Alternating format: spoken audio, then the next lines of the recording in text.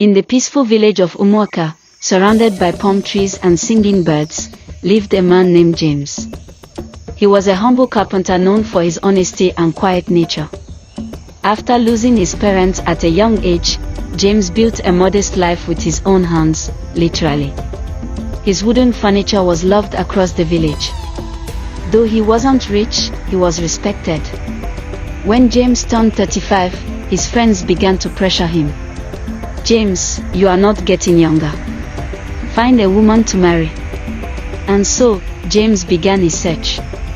One day at the market, his eyes met those of a woman named Grace.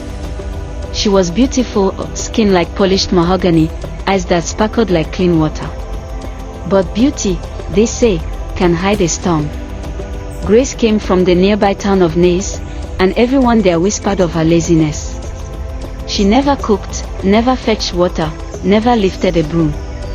But James didn't know this. He saw only her smile. They married quickly. From the first day Grace entered James' home, she made herself a queen, and James her servant. "James, I don't sweep. My nails will break." "James, I'm tired. Go and cook."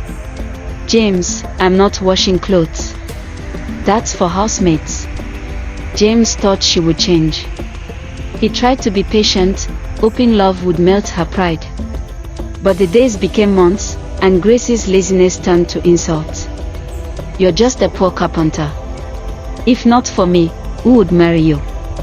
James worked harder than ever, making chairs and beds to earn enough for two. Yet every time he returned home, he met an empty pot, a dirty house, and a wife lying on the bed painting her nails. One day, his old mother came visiting. "My son," she whispered, "your wife is fine in body but not in spirit. A woman who cannot carry your burden will double it." James sighed. He had grown thin and quiet, like a man living under a shadow. Then came the day of the masquerade festival.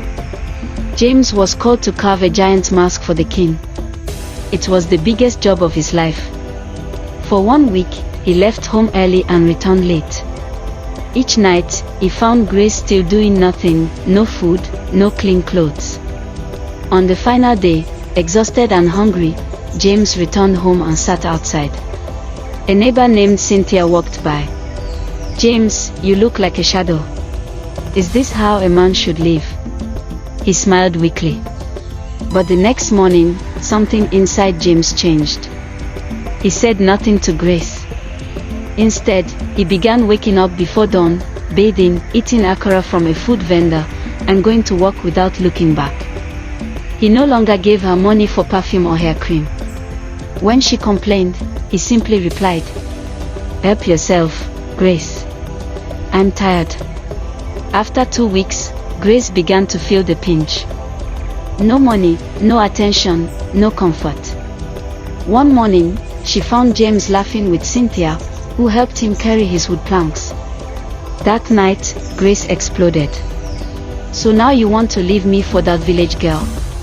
James didn't shout.